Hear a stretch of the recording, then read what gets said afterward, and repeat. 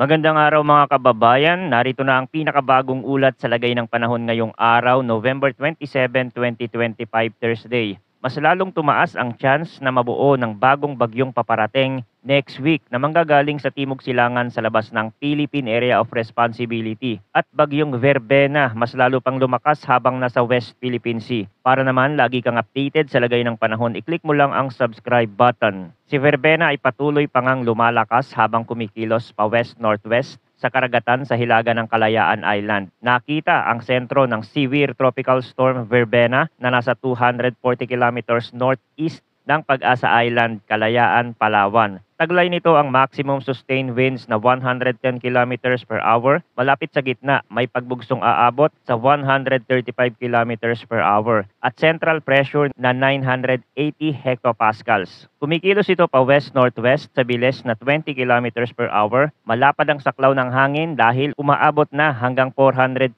kilometers mula sa sentro ang strong hanggang storm force winds. Nakataas pa din ang signal number 1 sa Kalayaan Island. Sa latest heavy rainfall outlook naman na inilabas ng Pag-asa, dulot ng shear line sa Hilagang Luzon, ngayong araw ay posible ang 100 hanggang 200 millimeters na ulan sa Cagayan. Ito yung uri ng ulan na mabilis magpapuno sa mga ilog at sapa na posibleng magdulot ng flash floods at landslide. Habang nasa 50 hanggang 100 millimeters naman sa Apayao, Kalinga at Isabela. Bukas inaasahan ng 50 hanggang 100 millimeters sa Apayao, Cagayan at Isabela. Sa Sabado, November 29, mananatili sa 50 hanggang 100 millimeters ang posibleng ulan sa Cagayan. Tandaan na mas malakas ang aktwal na bagsak ng ulan sa bulubundukin at mataas na lugar at maaaring lumala ang epekto kung basa na ang lupa dahil sa mga naunang pag-ulan. Magbantay sa mabilis na pagtaas ng tubig ilog at sa mga bundok na madaling gumuho ang lupa. Sa track at intensity outlook, nakalabas na si Verbena sa Philippine Area of Responsibility at daraan sa hilaga ng Kalayaan Island ngayong umaga. Pagkatapos nito, babagal ang takbo at kikilos ng mabagal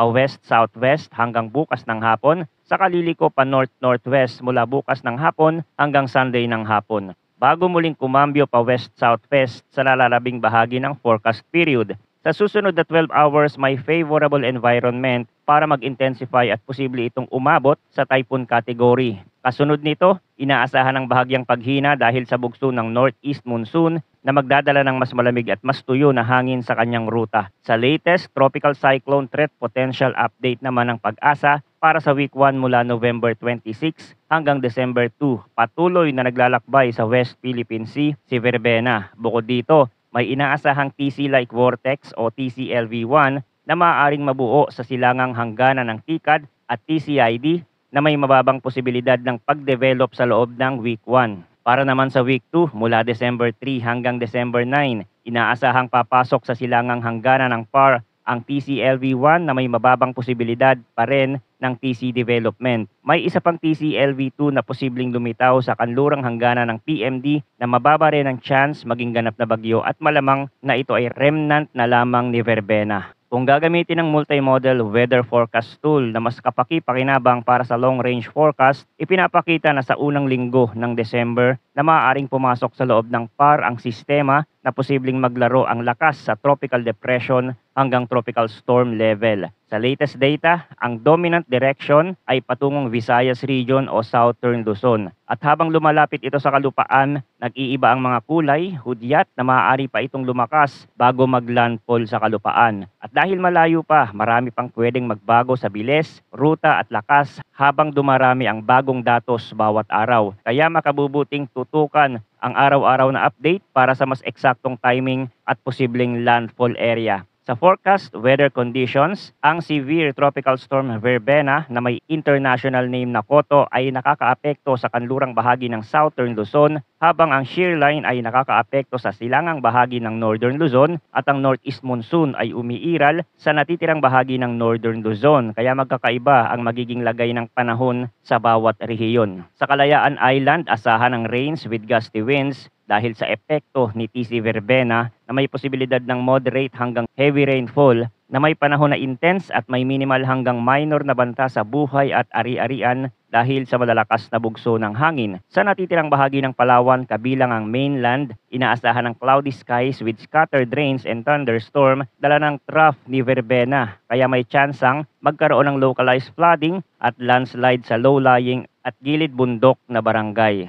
Sa Apayao, Kalinga, Mountain Province, Ifugao, Mainland Cagayan at Isabela, magiging cloudy with scattered rains and isolated thunderstorm dahil sa shear line at may posibilidad ng moderate hanggang heavy rainfall lalo na sa hapon at gabi. Sa Ilocos Region, natitirang bahagi ng Cordillera Administrative Region at natitirang bahagi ng Cagayan Valley, mananatiling maulap ang kalangitan na may mga pag-ulan, dala ng amihan, kaya maghanda sa maulang biyahe at posibleng pagtaas ng tubig sa mga mababang kalsada. Sa Aurora at Quezon, maulap din ang kalangitan na may kalat-kalat na pag-ulan at thunderstorm sanhi ng easterlies. Sa Metro Manila at natitirang bahagi ng bansa, partly cloudy to cloudy skies with isolated rain showers or thunderstorm na dulot ng localized thunderstorm. Karaniwang lumalakas bandang hapon hanggang gabi, maging alerto sa biglaang pagbuhos at panandaliang pagbaha sa siksik na urban roads. Sa forecast winds at coastal water conditions, sa mga lugar na direktang naaabot ng outer wind field ni verbena, asahan ng banayad hanggang katamtamang hangin na may biglaang malalakas na bugso kapag may rain bands na dumaan. Sa Hilagang Luzon, na sakop ng amihan at shear line, kalimitan ay moderate to strong ang northeast wind na magpapataas ng alon na nasa 2.5 hanggang 5 meters sa silangang baybayin at sa bukas na bahagi ng kanlurang dagat. Sa Palawan at Kalayaan Islands, rough seas dahil sa kombinasyon ng swell at wind waves na may taas ng alon na posibleng umabot sa 1.2 hanggang 2.8 meters. Kaya mag-ingat sa mga pantalan at mababaw na reef passage. Ang mga maliliit na sasakyang dagat ay dapat sumunod sa mga lokal na payo at umiwas sa paglaot kapag may nakikitang malalaking alon at maitim na ulap sa direksyon ng hangin. Sa pangkalahatan, si verbena ay lumalakas sa labas ng bansa ngunit patuloy na humihila ng ulan at hangin na may epekto sa ilang bahagi ng Luzon at Palawan, habang ang shear line at amihan ang nagsisilbing pangunahing trigger sa hilagang bahagi. Kasabay nito, nakaabang tayo sa posibleng panibagong sistema sa unang linggo ng December na ayon sa multi-model guidance, maaaring magbigay ng panibagong round ng pag-ulan sa Visayas o Southern Luzon kung magtutuloy ang favorable conditions sa dagat at wind shear. Manatiling nakaantabay sa susunod na advisory para sa pinakabagong impormasyon tungkol sa bagyo. Maraming salamat sa inyong pagtutok at palagi po tayong mag-ingat.